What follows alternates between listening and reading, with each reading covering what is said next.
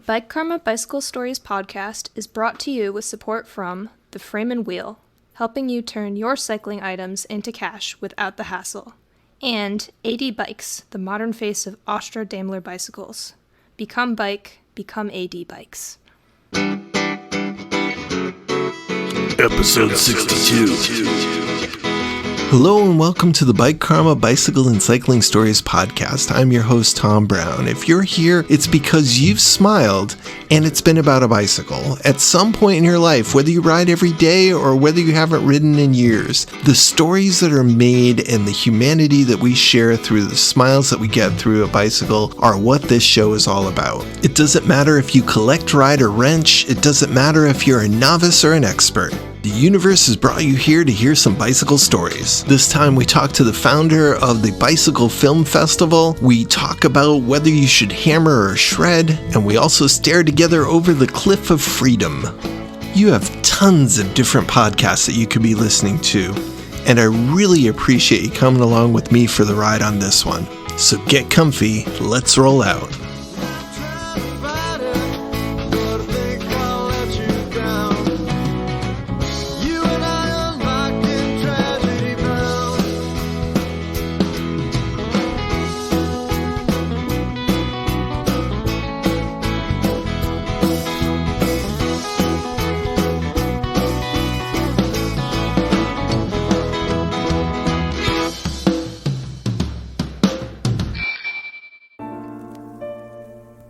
You can look at people and say, there but for the grace of God go I. You can also look at people and say, gosh, I wish I had it together as well as they do. Neither one of those two perspectives really ever leads to anything positive. But recognizing something in others that's the same as is in you, that's wicked powerful. Our next guest took a really negative incident and used it as an opportunity to start trying to bring people together to see cyclists as fellow human beings.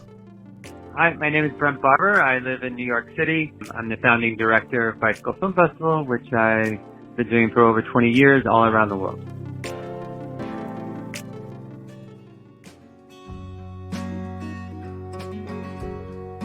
Many years ago, about 21 years ago, I would say year 2000, late 1999 or 2000. First off, I want to say I've been riding my bike my whole life. I'm from the United States, and I'm one of these people who was passionate about BMX, and then as I got older, I got into road cycling.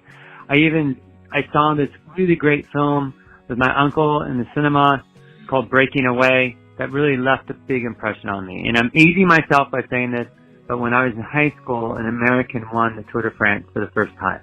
And this captured my imagination, and someday I wanted to go see the Tour de France, and I wanted to know this man, Greg LeMond. And it was really scarce. The information for me, the information about him was very scarce. I always romanticized cycling and all this I really had a passion for all these different forms. When I was really young, one of my first roommates after I moved out from my parents was a bike messenger. So I learned the community around cycling, all these different communities, the mountain biking, the road cycling, BMX, and messenger culture within the city. So I was always riding, but I never was quite a part of those communities in a way that I wasn't a competitive cyclist, I wasn't a bike messenger, but I just loved riding my bike, and I felt that was the best way to get around. So as I do, I was riding, I was actually helping, this is interesting, I knew a guru. His name was Swami Satchidananda. I wasn't a devotee, but I was really into yoga, and I knew him. And I knew him from San Francisco.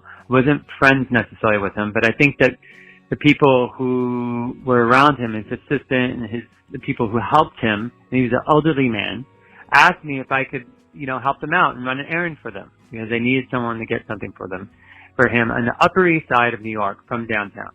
So it was a beautiful, beautiful afternoon. Often I'm really focused, and I feel that I'm a pretty strong rider, especially 20 years ago. And I take a whole lane. This day was just really beautiful. It was kind of riding a little bit slower than I normally do, a little very casual. I saw a door from a van open, and then I was going to move out, and I had just passed a bus, and then the door shut. And so I went closer to the van and towards the cars I was about 2 car lengths behind that van when I saw that happen. And then as I came across the van, the door opened again, knocked me out into the way of the oncoming bus.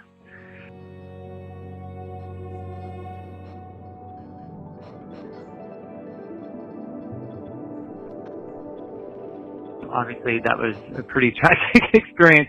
I was knocked out. I was in the middle of the street, and I just never forget. I came to, and I started doing inventory, trying to figure out where I was, what happened, and I started doing inventory of my body. And all my limbs are there. And then I look up, and there's a man standing over me, yelling at me, a businessman in a suit and tie on this really hot, beautiful day in New York City. And he's yelling at me, "Get the F out of the road, crazy man. What are you doing?" And I said, "Please."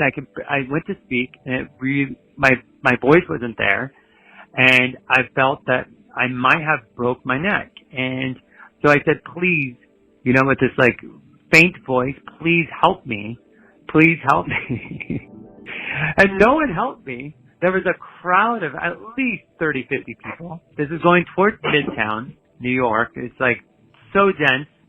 The New York streets on a beautiful day in the summer are really full of people. So that, I have an audience, and I had to crawl by myself, thinking I had a broken neck and I felt that I shouldn't move.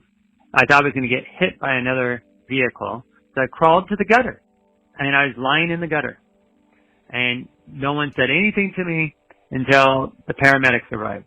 And the paramedics said, "I think you've broken your neck. Don't move." And they put me, they put this big neck brace on, and they put me in the ambulance. The police arrived. I knew as much that you should get a police report in the United States. You should always get a police report no matter where you're at, just so you can take care of business when you need to. The police were reluctant to, and I asked the paramedics, "Please get them to do a police report." I was taken to the emergency room. Luckily, I didn't. I went through all the tests, all the x-rays, all the other tests that you need to take. There for a few hours. Late that night, they let me out. I've broken a couple of bones here and there, and sprains can be quite painful. And I sprained so many different parts of my body, and I had fractured my jaw, but I was all right. And I had 6 months of rehabilitation. In that 6 months, I thought, oh my gosh, I got to do something about this. And part of the reason I want to do something about this, because after that, as we do, I shared that story with people, maybe a little bit more condensed. But I was hit by a bus riding my bike, and many people said, "Were you wearing a helmet?"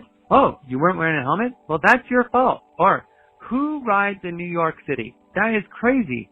That is stupid." There was no empathy. Of course, some of my close friends were empathetic, but it was really surprising, because I had gone through the windshield in a car crash on the Bay Bridge going from Oakland to San Francisco, and I was picked up by an ambulance, and people had heard about this, and that was fine too. I just had amnesia, which is a really funny story in itself. I have received gifts from people. "I heard that you were in a crash. Hope you're well." So on. Nothing like that with this bike crash. And so I thought, what's the difference? What's going on here? I just think that these people don't understand how wonderful cycling is. We should be celebrating cycling. Why aren't more people celebrating? I think what I'm doing is good. I'm not doing it because I'm an environmentalist. I do it because I think it's the best way to get around. But why aren't these people seen? These people claim to be environmentalists. These people claim to be open-minded. These people claim to be into health. Why don't they see that this is something that's really cool that I'm doing, actually? Why it's something maybe even important? So I thought, you know what? I want to share something with my immediate community or communities, which is, I was really into film and art. And of course, I had touched on cycling. I had volunteered at different organizations. I'd been to Critical Mass. I had new bike messengers. But I thought, wow, I really want to show people how beautiful cycling is. I want to share the stories that I know about cycling in all its different forms. Maybe I could touch them, and maybe they would get into cycling. I'm just going to do this for 1 year. And I had this idea to show films. And I started talking to people, and there's this really great man, Jonas Makis. At that time, he was in his 70s. He's a legendary figure in New York and the world of avant-garde and independent film. He's known for the first people that John Lennon and Yoko Ono called when they moved to New York City. It was Jonas. You know, he introduced Lou Reed to Andy Warhol, apparently. He was really connected, really enthusiastic about this project, and he helped me start the festival. And he also had a cinema. And so it grew from there. We had art exhibitions. People wanted to be a part of it. I can do a painting. I can't do a movie. I'm normally a filmmaker, but I can do a painting. Let's do a bike ride. I'll do a bike ride. So people just jumped on board. And at that time, I would say it was kind of like the downtown New York scene of artists, filmmakers. There wasn't enough cyclists that would go out to a thing like this at the time to fill up the cinema, which we did. We had sold out shows, to my shock and surprise. The New Yorker even did a little cartoon, an illustration. That was pretty awesome. So we had national press, and I thought, wow. And we sold out shows. We showed A Sunday in Hell was the first film we ever showed. It sold out. It was wonderful. It was wonderful. And since then, I've been doing BiciCo Film Festival for over 20 years. And we've gone all around the world. We've shown films about all types of cycling, mountain biking, road cycling, commuting, you know, beauty of cycling in all its different forms, all different human stories, people racing through the streets, whatever it may be. And we've had 8 filmmakers win Oscars at the festival, not at the festival, but later on in their careers. We have some of the most important artists exhibit in our art exhibitions. We've had art exhibitions at major museums. We've had the festival at the Sydney Opera House, and we've done events at old warehouses in Brooklyn. So we've been to 100 cities from Moscow, Istanbul, Milan, Cape Town, South Africa, Buenos Aires, Mexico City, Shanghai. It's been a nice time. It's been really good. I've traveled about 7 months of the year all around the world, sharing this passion, this love, these stories with people. And I'm kind of the luckiest guy that ever got hit by a bus.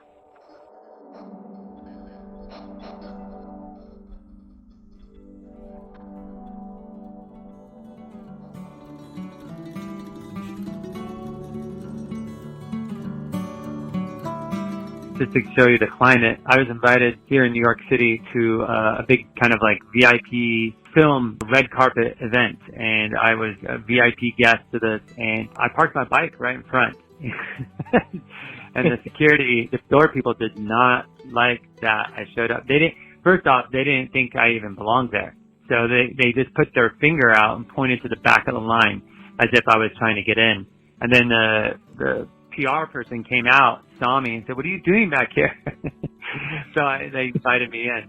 So I've seen a lot. One of the most fun and funniest films at BiciCo Film Festival in its history is On Time by Ari Todd. And this film was made in the 1980s, so before the BiciCo Film Festival existed, and he actually submitted this film as a film, 16 millimeters. So I had to watch it like that. It just gives people some context to how long ago this film was submitted the first year.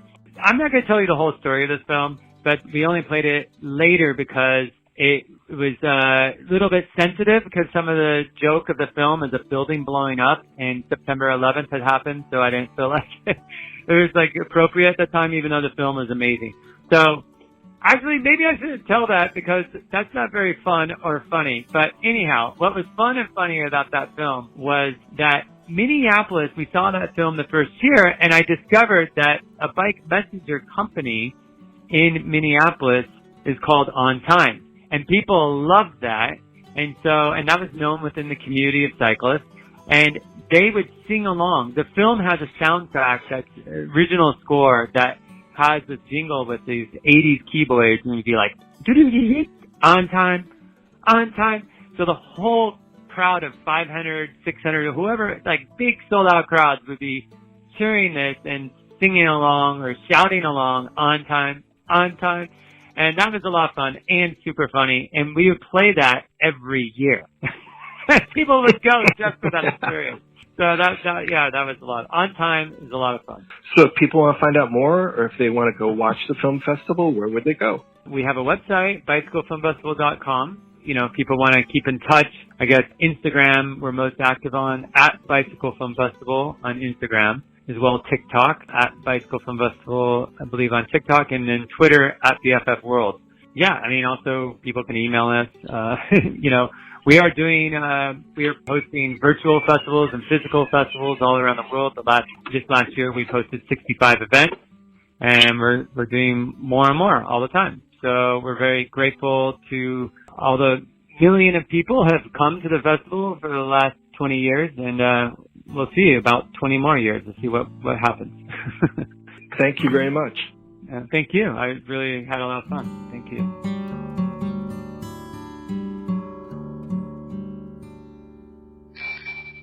On time. On time.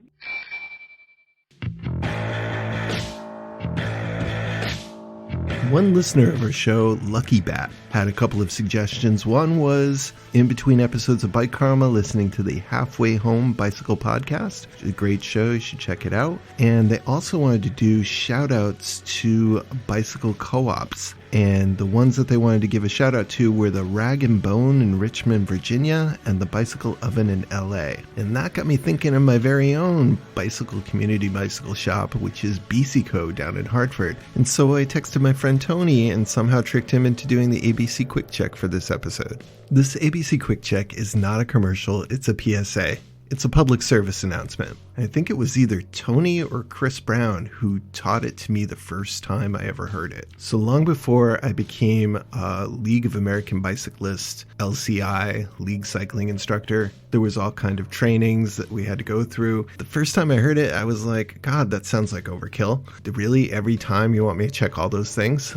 But since then, with that in my mind, I think it saved me at least 5 times. Once even just checking my through axle. I had a new fat bike and my through axle had come loose, and had I just ridden off, I would have at the very least have caused some damage to the bike, if not myself. It really does take longer to say this whole thing out than it does to actually check it. So no matter how old you are, how wizened a cyclist you are, here comes Tony with the ABC Quick Check. Hey friends, this is Tony C. from BiciCo in Hartford. First, I want to thank Tom for all the great Bike Karma content. Then, I know a lot of folks are pulling bikes out to ride and enjoy the spring weather. This is the season. Before riding out into traffic or dropping into the trails, you really need to do the ABC Quick Check. Not just for that first ride of the season, but every time before you ride. Every time. A, that's air. Air in your tires. Check the tire pressure. Pinch the tires. Use the tire gauge. Make sure that your tires are within the range that's marked on the side of the tire, either with a separate gauge or the gauge on your bike pump. B, that's for brakes. Squeeze them. Do the brake levers bottom out on the handlebars? Does the bike stop if you're trying to push the bike forward while grabbing the brake levers? Brakes are wicked important. C, chain. Is it lubricated? Is your chain on the chain rings? You can have a buddy lift up the rear of the bike while you spin the pedals and make sure that the chain is spinning freely. Quick, that's for your quick release levers. Or if you have bolted wheels, for the wheel nuts. Are they closed tight? Are the wheel nuts torqued tight? If you don't know how to use your quick release levers, have somebody at a bike shop or a BiciCo or an experienced biking friend show you. You don't want your bike wheels to come off during your ride. Check. That is the final check. Bounce the bike. Is there anything loose or clanging? Anything that needs to be tightened? Take the bike for a quick spin around the driveway or the parking lot. Shift the gears. Hit the brakes again. This is where you want to find any issues before you're out there dancing with cars or dodging trees. Remember, it's the A, B, C quick check every time you ride. If you find something you don't know how to fix, you can bring it to BiciCo and the do-it-yourself repair hours. We've got several of those during the week. Right now it's Wednesday evenings and Saturday afternoons. We can also, at BiciCo, diagnose your bike, give you a quote for the tune-up or repair, and we'll do it for you. So there are a lot of options. Don't go out there with an unsafe bike. Remember, ABC Quick Check every time you ride. And if you have any questions, stop by BiciCo. We're always happy to chat. Websites www.bicico.org, and our phone number is 860-269-0004. That's BiciCo, Bicicletas y Comunidad at 97 Park Street in Hartford. Ride safe, y'all.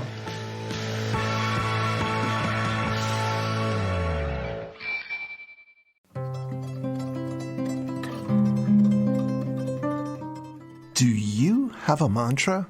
Some little statement that helps you get through things? A perfectionist might have one that says something like, close enough for government work, or perfect is the enemy of done. There's a few different definitions of mantra floating around, but in general, one means like a statement or slogan that you repeat a lot. So that's very general. But then there's another way of looking at mantras where they're a statement that helps you to meditate, contemplate, and be present. It's a statement that helps keep you in the zone that you want to be in. And there are plenty of mantras in cycling. And not just from the roadies. I mean, you've probably heard of shut up legs, the one where you tell your legs over and over again to stop complaining. But there's others like ride it like you stole it. After all the stories about bicycle theft on the show, I'm not a huge fan of that one. Some are more humorous and spiritual, like I ride for donuts, I ride for tacos. One's a play on Dory from Finding Nemo. Just keep spinning, what do? We spin, we spin. Others are deeper, like ride your ride, meaning you should be riding for nobody but yourself. Sometimes it's a simple word like attack or stay frosty. And sometimes they're just purely about keeping your physical intensity up, like leave it all on the trail. And sometimes they just come totally out of left field. There's an Instagram feed I follow called the BiciCo Society, and for a while they would post a bunch of different things, and one of the things would be don't hammer, shred instead, with a cute logo based on a little bit like the Pink Floyd from The Wall, you know, where the hammers were bad. And over time I noticed that this person got deep into it. We did a sticker swap. I kind of like the logo that they had, but I was still a little bit like, okay, don't hammer, shred instead. I guess I get it a little bit, but I didn't really get it at the time. But then month after month, this account got almost cult-like in their affirmations of shredding over hammering, and there were very few pictures of bikes even. It was just these bizarre spiritual pictures with good shredding and bad hammering. And then every day there'd be a new meme, and there'd be one person who was hammering and they'd be extremely sad or miserable or unhappy or unenlightened, and then there'd be somebody shredding and there'd be rainbows flying out of their head. And I realized I have no idea what this guy had been talking about all this time. I realized that I really did not know what was going on. So he kind of works with my brother-in-law off and on, and we would interact online and whatnot. So I could have just kept liking occasionally and smiling and nodding, but being the only child I am, I eventually said, hey, can we talk about this? Because I don't think I know what this means. And I thought I did, but I don't. So directly from the BiciCo Society, why we should shred and not hammer.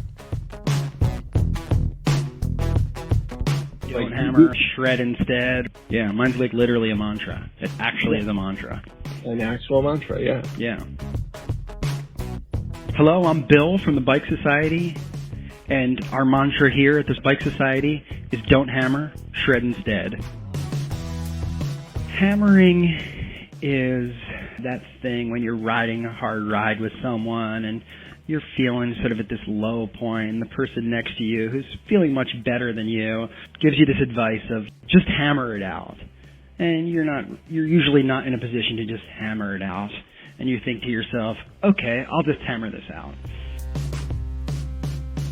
And it's sort of it feels like you've been defeated to me, like, okay, you're done with this ride. The only thing you have left is to hammer this ride out. Let's just do what you got to do to finish this ride. Get in my draft and hammer this out. And it didn't feel right to me. I'd be on a ride and someone would tell me to hammer this ride out, and I'd look around and I'd say, well, what about that road over there? Like, that looks much nicer than the road we're on.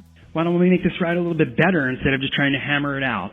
So I knew that I wasn't into hammering. You know, I ride mountain bikes too, so, you know, hammering is often associated with road bikes and this go fast, finish the ride, focus on the end point. But I was also riding mountain bikes, and there was a much different vibe, and it was like, you know, shred this. I shredded that. Let's shred these jumps. Let's shred these whatever they are, these obstacles, these turns, these berms, these things. And they seemed very different to me, and they seemed like two different things. And I really wanted to kind of use those as a way to talk about sort of different cycling and get those involved with each other. Why am I on a road bike? Am I not allowed to shred? Why don't I just shred these road rides? I control this ride. I'm going to shred this ride. Does that make sense? Absolutely. Which one's more fun, hammering or shredding? Shredding is more fun. Hammering is more like a job. You know, like we were mountain biking, we'd come back and be like, I shredded, and then instead it sounded funny, shred instead. So what am I shredding instead of? And you're shredding instead of hammering, obviously. You know, it didn't make a ton of sense, but that was the idea. You have at least, I don't know, I'm thinking hundreds of different versions of Don't Hammer, Shred Instead.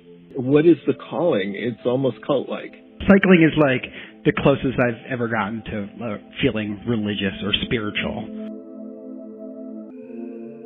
It felt like some sort of experience I was having, some otherly experience I was having while riding, and that whatever it was, that joy, that exhaustion, whatever that feeling was, something was happening that was nothing like I'd experienced, and that felt like religion to me. And I started looking at New Age religions and other ways that people were talking about spirituality. And I started finding these sort of spiritual memes that I thought were very applicable to the hammering and shredding.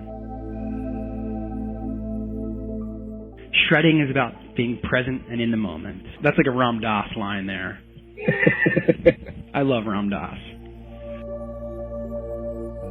We then talked for a while about Alan Watts and Ram Dass and all kinds of other stuff, and eventually we figured out that we were pretty much on the same page with shredding, although I probably still need to hammer sometimes to get up some of the big hills, but just sometimes. So where would people go if they want to find out more?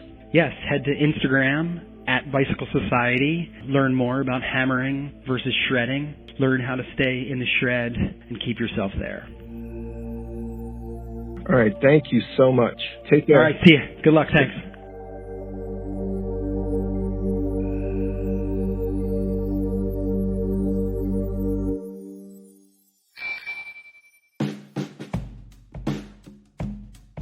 And now it's time for gratitudes at the mid-roll. When I started this little show several years back, I didn't know really what to expect. I had a bunch of stories, and I liked people who I talked to about bicycles, and I wasn't sure whether I should write a book or do a podcast or whatnot, but I felt like these stories needed to get out there, and maybe they'd do some good somewhere. And since then, I am extremely grateful that people in all 50 states and over 90 countries have downloaded these stories over 100,000 times. Isn't that crazy?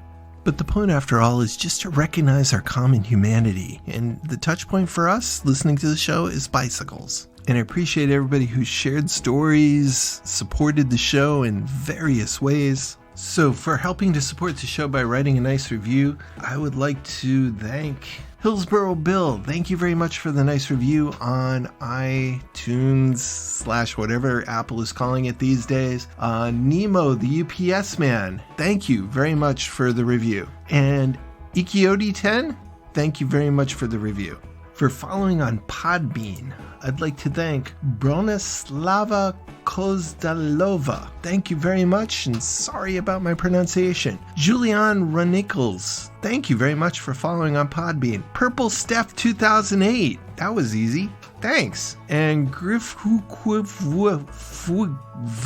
I totally butchered that, but I do appreciate you following on Podbean. There are so many different ways you can help a show like mine to get ahead. One is to leave nice reviews here and there, to share on social media, to follow. Another big shout out to all my Patreons. Thank you very much for supporting the show and allowing me to send stickers around the world. Free for anybody who asks. For as little as $1 a month, you can help to support the show through Patreon. So just go to Patreon and search up Bike Karma and then choose your amount, and you can stop at any time. But basically those folks help to pay for free stickers, and you know I'm like Michael Scott with gift baskets when it comes to free stickers. I believe that it's an honest way to market yourself and to spread the word around. If you would like free stickers, just DM me or email me at bikekarmaguy@gmail.com, and I will send you a selection of free stickers. You could specify whether you'd like them with animal themes or without animal themes. If you have a store, I can send you a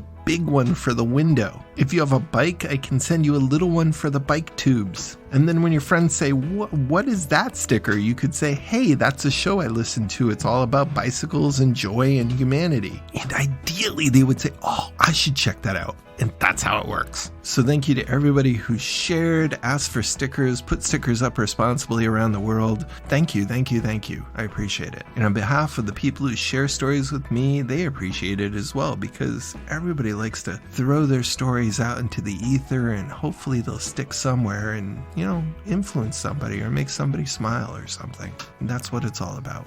So you know what's coming next. Fred Thomas at the Frame and Wheel. He'll help you to sell your used bicycles, accessories, and parts, and do all the hard work so you don't have to. But this week, Fred's got several little businesses. He just loves bikes. He's a nice guy. Go check him out. He loves bikes. He's got a YouTube channel. He's got several little bike businesses, and one of which he used to race AD bikes when they were owned by a global corporation, and he bought AD bikes, and he is now the face of Austro Daimler Bikes. So here's a word from Fred Thomas about that. Hi, Tom. Hi there, Bike Karma podcast listeners. It's Fred Thomas here, and I'm very pleased to say that AD Bikes is partnering with the Kelly Benefit Strategies Elite Cycling Team for the 2022 road season. This means that the KBS Elite Team will be out riding and racing the Ultima Carbon Disc Limited Graz all over the country. Well, who are these guys? The Kelly Benefit Strategies Elite Team is a USA Cycling domestic elite team with a strong U23 and junior development program for men and women, and they are supported by the Lateral Stress Velo Bicycle Club, which is one of the largest bike clubs in the Mid-Atlantic region. The team and the club have the backing of Kelly Benefits, which is one of the largest employee benefit administrators in the country, with a long tradition of supporting cycling organizations. And you, the Bike Karma listener, through your support of this great podcast, have helped make all of this happen. And you are therefore eligible for a 10% discount on an Ultima Carbon Disc Limited Graz frame set.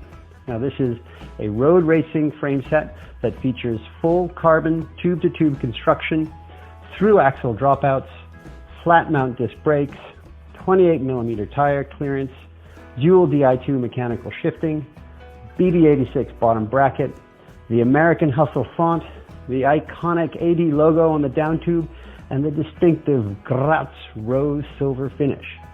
So please visit the AD Bike Shopify store and type in Bike Karma 2022 at checkout to obtain your 10% discount. And thank you for listening to this great podcast, and become Bike. Become AD Bike. Thanks. Check out Fred at the Frame and Wheel and also at AD Bikes. Now back to the show.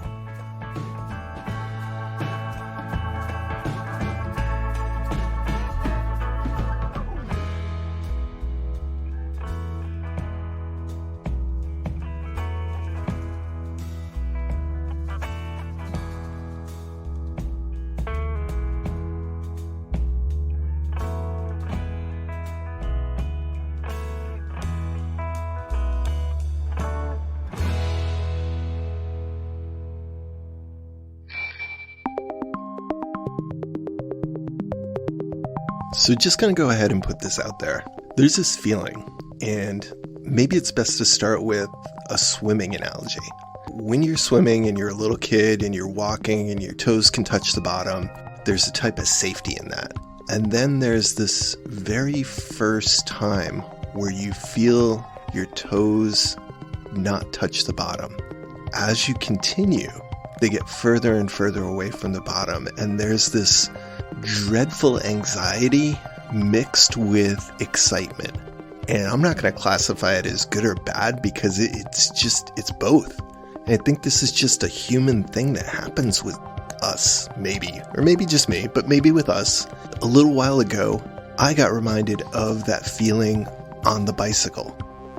Now, it's not about riding a big bike or touching your toes to the ground. It has nothing to do with depth of water. But I'll be damned if it isn't exactly the same feeling. It's the feeling that there's no bottom underneath you anymore. It's that feeling where you realize that you can just keep pedaling. You could turn around, you could go left, you could go right, you could keep going straight. For many of us, it was just that realization, that profound eureka moment where you realize that you get this huge chunk of freedom when you start cycling around on a bike. And for so many of us, it happens on the bicycle because the bicycle is the first thing that gets us away from our homes, that gets us away from our comfort zones. I remember feeling it when I was a little kid and I was on my way to my grandmother's house. It was the first time I had gone there not in a car. And for just one moment, I realized that I could go in any direction I wanted. I mean, really, in our daily life, in our daily jobs, do we ever feel like that type of freedom? And it wasn't just as a kid. Occasionally when I've been on tour, I get to like an intersection and I'm like blown away by the possibilities of just life at that moment. And you may argue, you may say that it's not the same feeling as swimming in water over your head, but to me it is. And I was reminded of this a little while ago when I was leaving to go for a bike ride, and I didn't think my son was coming along, and so I took off, and then turns out that he was just 5 minutes behind me. Later, when I got home, he had left me all these voice messages as he tried to figure out where I was and where he was going and what was going on, and that totally reminded me of this feeling that I'm talking about. He's going to sound really young here, but his voice has gone down like 20 octaves since this, and he's traveled across the country by himself since then too. He's a teen, and he's letting me use his voicemails on my podcast. Anybody who's a parent of teens knows how big a deal that is. I very much love and appreciate him. Thank you, Taryn. So I'm just going to play these phone messages for you and see if you can connect with that feeling that I was talking about. That feeling of just suddenly having all these limits and all these restrictions removed and being able to appreciate it for just a little bit.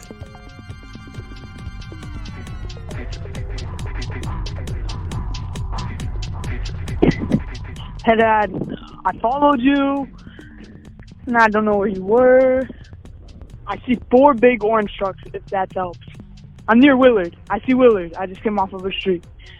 I don't know where I am. There's that place. I'm near Willard now. Thank you. Hey, call me back soon. Check in. Try to call you in a second. Bye. Hopefully I find you. Okay, so I found some crazy flowers. There's a Christmas wreath in a window. I'm on Park Avenue. Don't know what that is. Okay. I'm going to try to find Knott Street. I think I've reached the highway. Turning around. Steph, check in a sec. I think I found Knott Street. I went to the correct school, some evergreen tree place. Now I'm back. I'm at like that place with the house with the decoration. So I think we're good. I don't know where you are still. That's a problem. I think I'm just gonna wait on Knott Street for your car to come back. Maybe you'll pick me up or something. Bye. Hey Dad. So I'm at Charles, right? I don't know where you went. I'm not sure if you have your phone or not. I feel like at this point you would already be at Ferrari. So that's where I'm heading next. Hopefully answer your phone. Pick up next time I call you. See your voicemail. Be good. Alright, bye. See where this takes me. Can't turn this freaking light off, dude. Bye. Hey. It's getting kind of dark. I just can't find you, man. I looked everywhere. I went down every back road. I don't know if I should keep looking or just go home. That was a police car. They're out to get me. Whew. Yep. I'm looking for a sign. But maybe I should just go home or keep looking. Because it's starting to occur to me you don't have your phone. So I'm probably gonna go home, but then what if you're looking for me? I think you would know I would go home. Alright, that's what I'm doing. I'm going home. Yep. Alright. Hopefully you're home or you call and you call me back. I'll be feeling for actually let me turn my ringer on. I'll hear it when you call me. Okay. Been watching Not Street for a while. No white truck is going with it. Alright. I'm gonna go back. Later. Uh-oh. We're good. Alright, bye.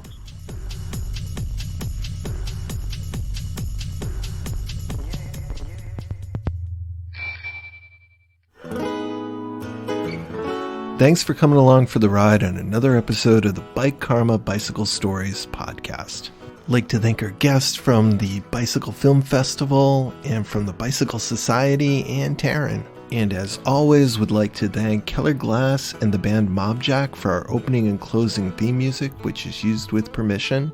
You can check them out at mobjackmusic.com or search up Keller Glass. You'll be glad you did. All the other music in the show is royalty free, and I appreciate those musicians as well. If you have any comments about the show, have any ideas for stories, want some free stickers, maybe have a sponsorship idea, perhaps you could get me that Oprah interview I've been waiting for oh so long. You can contact me at bikekarmaguy@gmail.com. That's bikekarmaguy@gmail.com. If you've enjoyed this episode and want to help out the show for free, you can just follow us on any platform, from Audible to iTunes to YouTube to Instagram to Twitter. Please and thank you very much. With the exception of the music, the Bike Karma podcast is the intellectual property of Thomas Brown. All rights, including copyrights, trademarks, and all of that, are asserted and reserved. There are many interesting stories coming up in the pipeline. From fixing bicycles off of a narrowboat, to beloved Robin Williams and his collection of bicycles, to cycling through fire. If you are patiently waiting for your story to come up in the queue, I appreciate that. I try and put a little love into each episode, and I hope you'll enjoy yours when it comes out. For those of you who follow the show, you know that usually once a year there's a comedy episode that comes out around April. Last year was skipped because, and this year it's coming out, and hopefully we can make each other laugh. Till next time, keep it wheel.